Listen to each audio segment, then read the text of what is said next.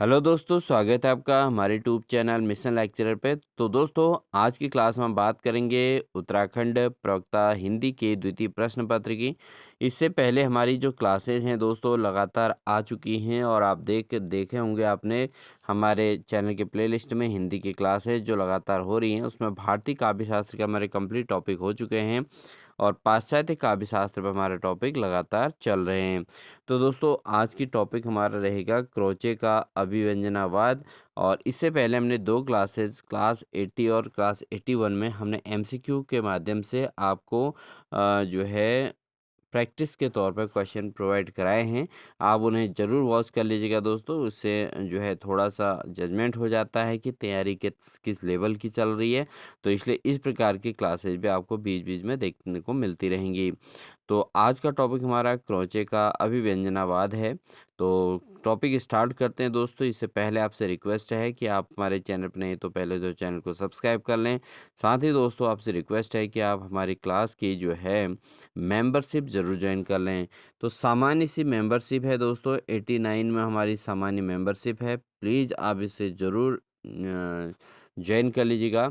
और साथ ही अगर आप हिंदी के लिए विशेष मेंबरशिप लेना चाहते हैं तो 199 में आपको हिंदी की विशेष मेंबरशिप देखने को मिलेगी, जिसमें आपको जो है लगातार हमारे द्वारा क्लासेस और अन्य प्रकार के हिंदी से संबंधित सभी आपकी क्वेरीज उसमें जो है कम्प्लीटली सॉर्ट आउट की जाएंगी।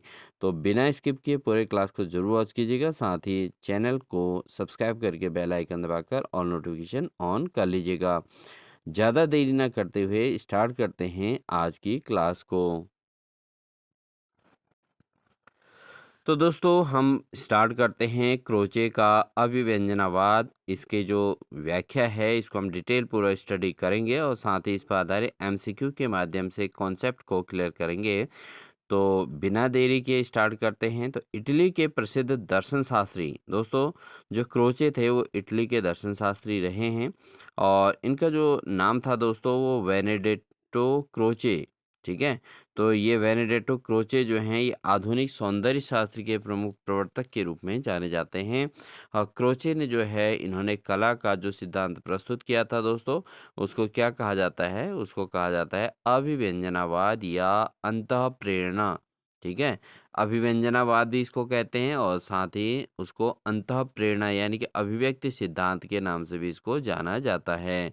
तो दोस्तों, जो क्रोचे का जो सिद्धांत है इसको अभिव्यंजनावाद और साथ ही इसको अंतःप्रेरणा यानी कि इंटरनल मोटिवेशन इसको हम कह सकते हैं या अभिव्यक्ति सिद्धांत के नाम से भी इसको जान सकते हैं। तो इस सिद्धांत के अंतर्गत जो केंद्रीय विचार थे दोस्तों क्या-क्या थे? एक तो इन्होंने मेन जो महत्व दिया था, वो दिया था कला और कला को इम्पोर्टेंस दिया था। इनकी जो अंतःप्रेरणा है और उसको अभिव्यक्त करना ही कला कहलाती है, ठीक है?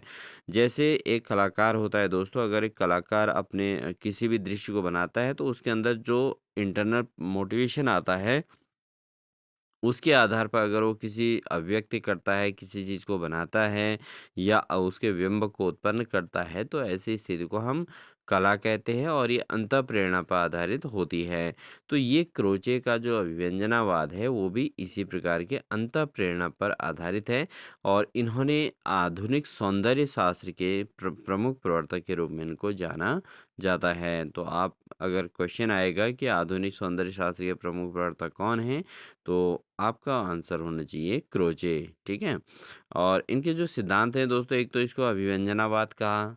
ठीक है, अभिव्यंजनावाद के नाम से इनके सिद्धांत को जाना गया। और दूसरा जो है अंतः प्रेरणा यानी कि अभिव्यक्ति सिद्धांत, इसको हम क्या कहते हैं? ठीक है। तो क्या कह देते हैं? अंतः प्रेरणा का सिद्धांत। ठीक है, अंतः प्रेरणा या अंतः अभिव्यक्ति का सिद्धांत के नाम से हम इसको जानते हैं दोस्तों। ठीक है। तो इस चीज़ का आप ध्यान दें।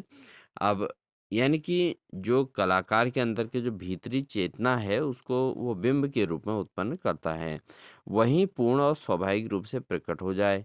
ठीक है, तो वही वास्तविक कला के अंतर्गत जानी जाती है। तो अभिव्यंजनावाद में जो है क्रोचे ने कोई अदर टाइप की चीज़ें नहीं कह रही हैं दोस्तों, उन्होंने की है अंतः प्रेरणा पर आधारित डिस्कशन की है।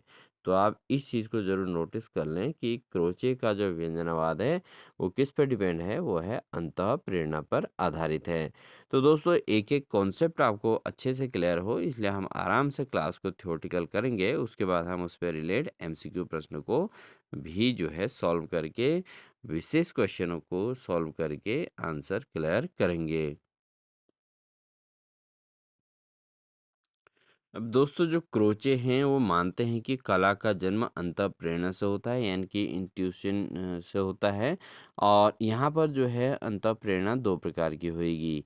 दो प्रकार की जो अंतःप्रेरणा होगी दोस्तों, एक तो बाहरी वस्तुओं का अनुकरण नहीं करना है, ठीक है। तो ये मानते हैं कि बाह्य वस्तुएं जो होती हैं इनका अनुकरण न करते हुए इंटरनल मोटिवेशन जो होगा उसको फॉलो करना है, ठीक है।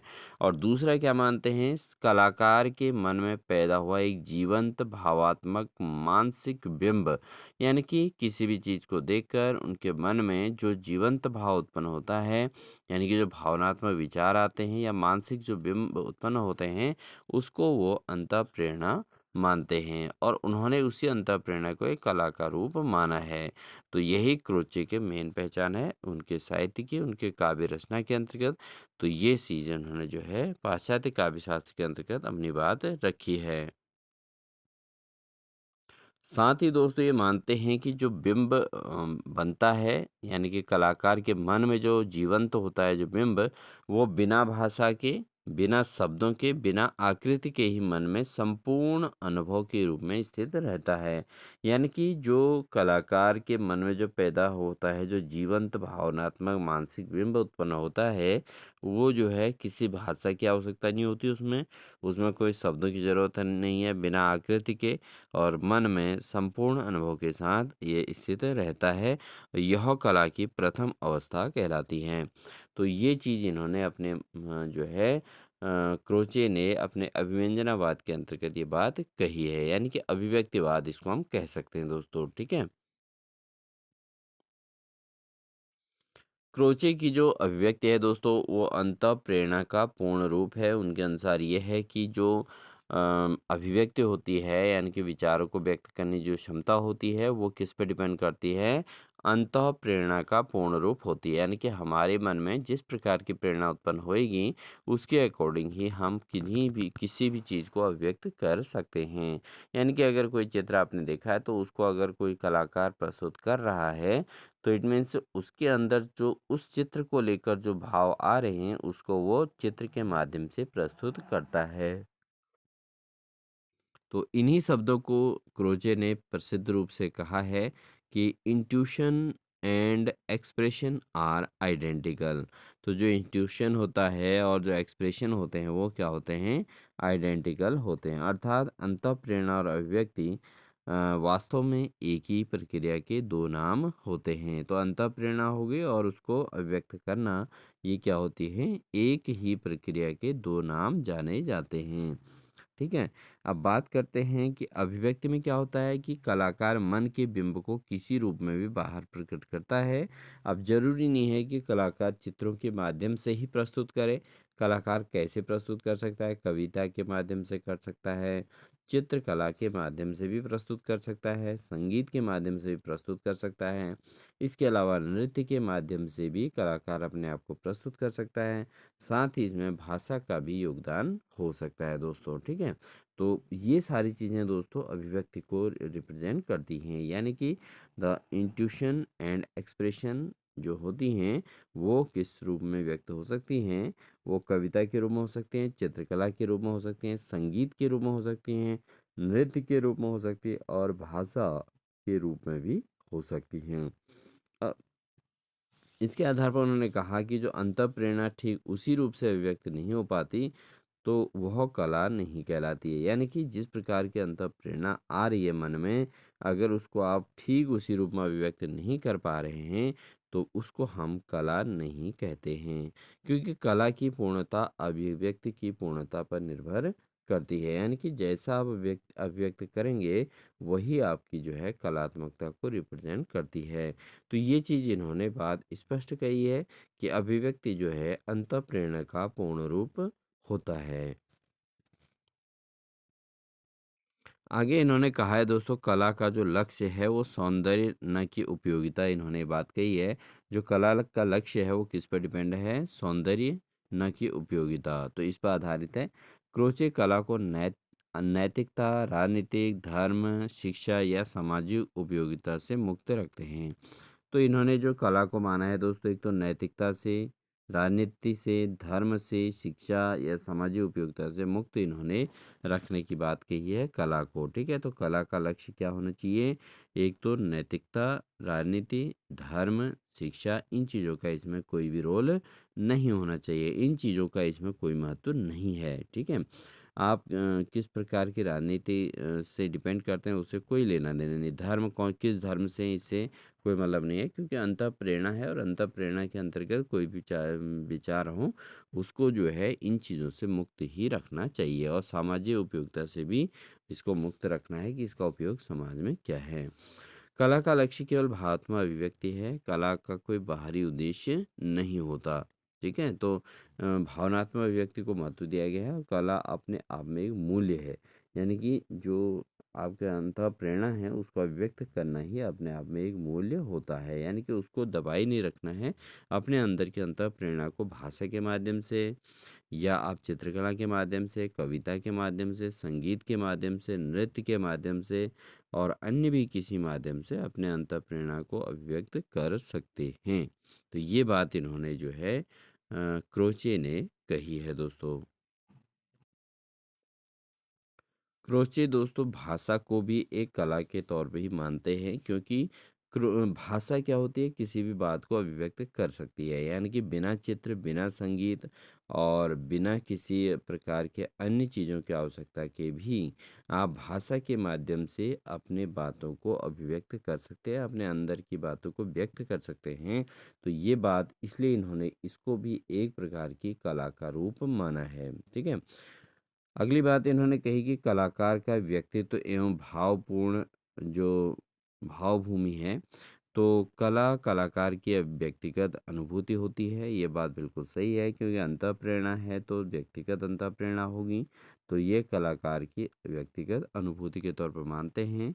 वह जितनी गहराई में अनुभव करता है उतनी ही शक्तिशाली उसकी अभिव्यक्ति होती है। यानी कि किसी भी चीज़ में, कोई चीज़ को अगर आप बहुत अधिक गहराई तक डीप तरीके से अनुभव कर रहे हैं, तो ऐसे में शक्तिशाली उसकी अभिव्यक्ति भी रहेगी। यानी कि वो उतना ही तेज़ी से उस बात को जो है अभिव्यक्त कर पाएगा।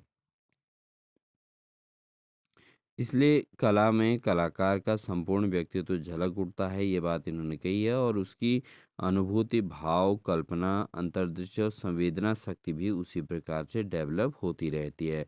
तो कलाकार के व्यक्तिगत एवं भावभूमि जो है दोस्तों, वो मानते हैं कि अनुभूति के द्वारा, भाव के द्वारा, कल्पना शक्ति के द्वारा, अंतर्दृष्टि और संवेदात्मक शक्तियाँ जो होती हैं दोस्तों, वो कलाकार को अभिव्यक्त करने में हेल्प करती हैं।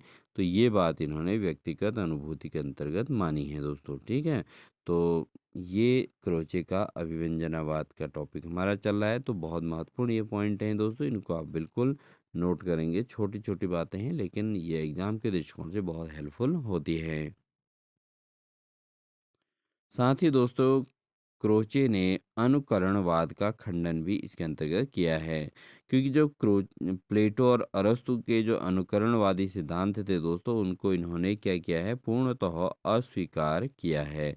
ठीक है, प्लेटो और अरस्तु के जो अनुकरणवादी सिद्धांत हैं, इनको इन्होंने अस्वीकार करते हुए कहा है कि कला बाहरी वस्तु की नकल नहीं होनी चाहिए। यानी कि जो कला होती है दोस्तों, वो अंतः प्रेरणा पर आधारित होती है और इसमें बाह्य वस्तु की नकल नहीं होती है। जबकि प्लेटो और अरस्तु ने अनुकरणवादी सिद्धांत के अंतर्गत जो बाहरी वस्तुएं हैं, इनको जो है महत्व दिया है। ठीक है, तो क्रोचे क्या मानते हैं कि कला बाहरी वस्तु की नकल नहीं हो सकती, न यथार्थ का प्रतिरूप हो सकता है, बल्कि ये मन की रचनात्मक और मौलिक अभिव्यक्ति को कला मानते हैं। ठीक है, मन की रचनात्मक और मौलिक अभिव्यक्ति जो है, उसी को इन्होंने कला माना है अपने अभिव्यंजनावाद के अंतर्गत।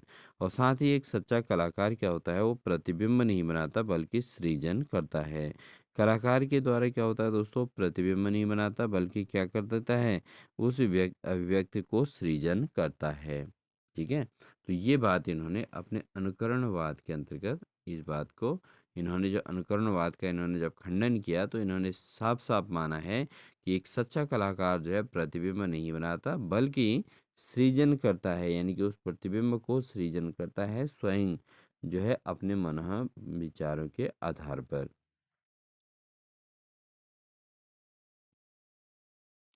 आगे बात करते हैं दोस्तों, इन्होंने आलोचना और सौंदर्य बोध को महत्व दिया है। तो अभिव्यंजनावाद में आलोचना आसानी से नहीं की जा सकती क्योंकि आलोचना में भी एक तरह की क्या होती है, अभिव्यक्ति ही होती है। तो ये मानते हैं कि आलोचना किसी की भी हो, किसी प्रकार की आलोचना हो, आसानी से नहीं की जा सकती क्योंकि इसमें भी एक तरह की क्या होती है, अभिव्यक्ति होती है, विचारों को प्रस्तुत किया जाता है। और आलोचना का कार्य क्या है, एक तो कलाकार के अंतःप्रेरणा को समझना, ये आलोचना है। दूसरा जो है अभिव्यक्ति की शुद्धता को पहचानना, ठीक है? आप किसी बात को अगर कर रहे हैं, तो उसकी शुद्धता को समझना बहुत ज़्यादा महत्वपूर्ण होता है।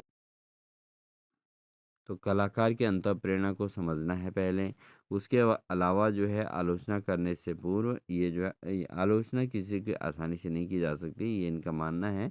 और इसके आधार पे मानते हैं कि कलाकार के अंतःप्रेरणा को समझकर ही आलोचना की जा सकती है। और दूसरा, अभिव्यक्ति की शुद्धता को पहचानना, यानी कि जो अभिव्यक्ति की गई है पहले उसको अच्छे तरीके से समझें, उसको पहचानना है और उसके आधार पर तब आलोचना की जानी है। इसके अलावा कला की अंतर्निहित अनुभूति तक पहुंचना, ये भी जो है आलोचना और सौंदर्य बोध को रिप्रेजेंट करता है। तो ये चीज़ें हैं दोस्तों, इसमें इन्होंने ये बात अपनी कही है। अब बात करते हैं थोड़ा सा मुख्य पॉइंट पर, किन बिंदुओं को इन्होंने बहुत ज़्यादा इम्फेसिस किया है, इम्पोर्टेंस दी है।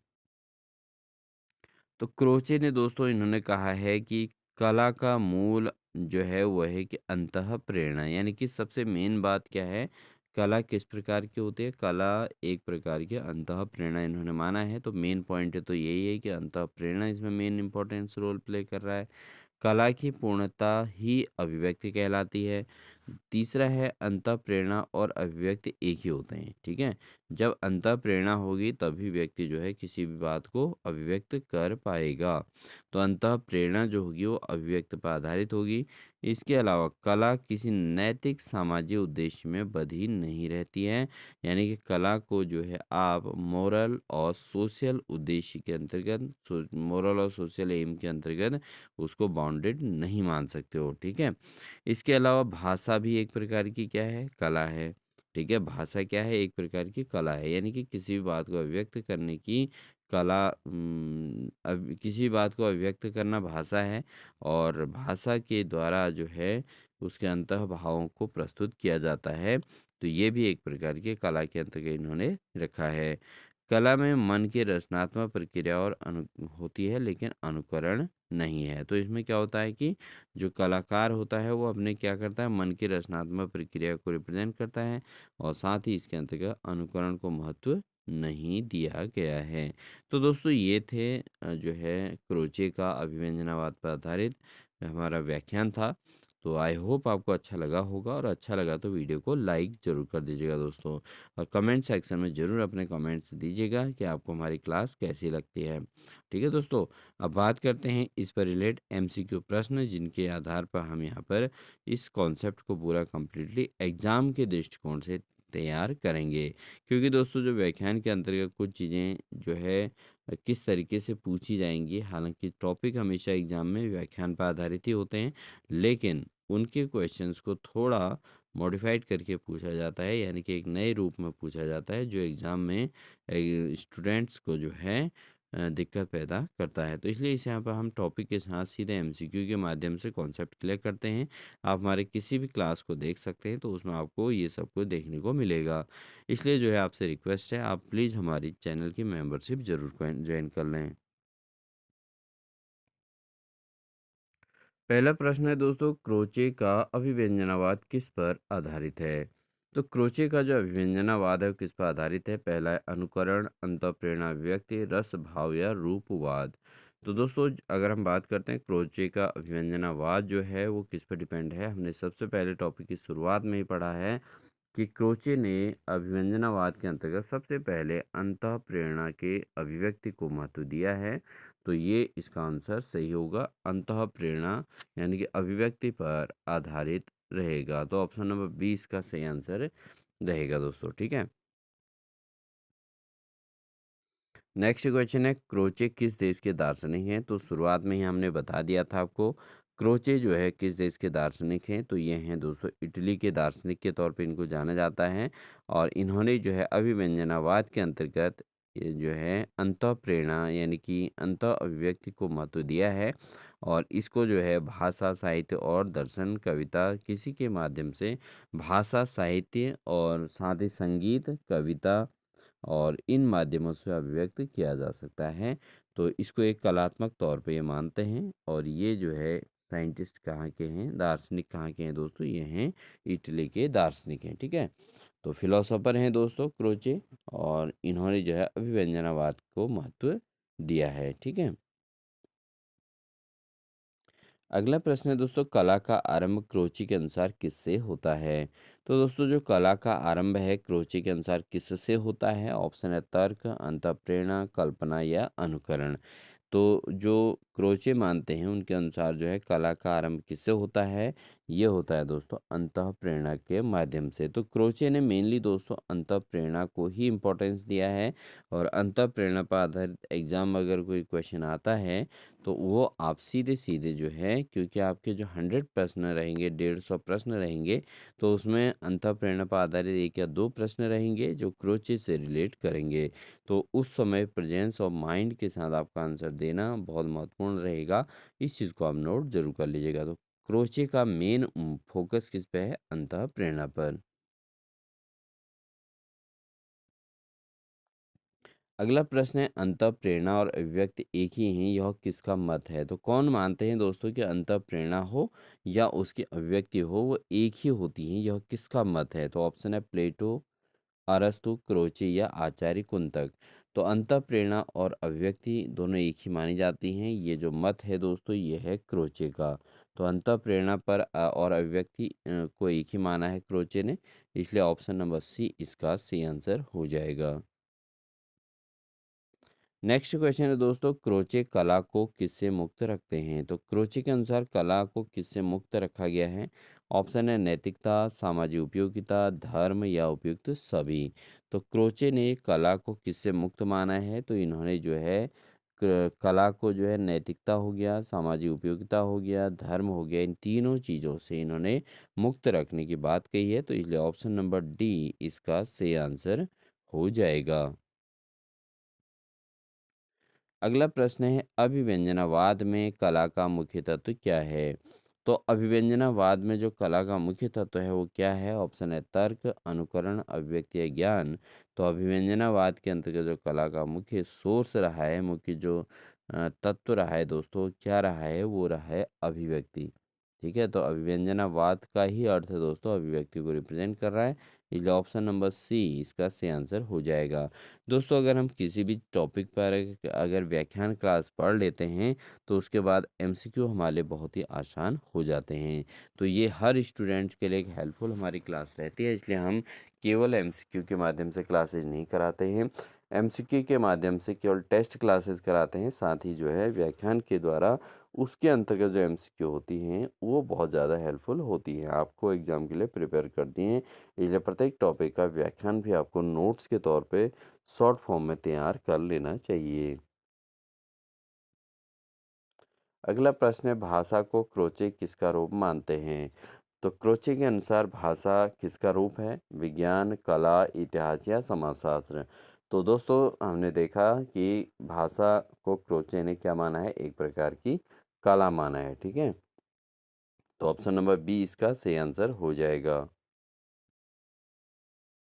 अगला प्रश्न है, क्रोचे किस सिद्धांत का विशेष रूप से खंडन करते हैं? तो क्रोचे जो मेनली जो सिद्धांत का खंडन करते हैं वह है रसवाद, अनुकरणवाद, ध्वन्यवाद या अलंकारवाद। तो कौन से सिद्धांत का विशेष रूप से खंडन करते हैं दोस्तों? ये करते हैं अनुकरणवाद का खंडन करते हैं। तो ऑप्शन नंबर बी इसका सही आंसर हो जाएगा।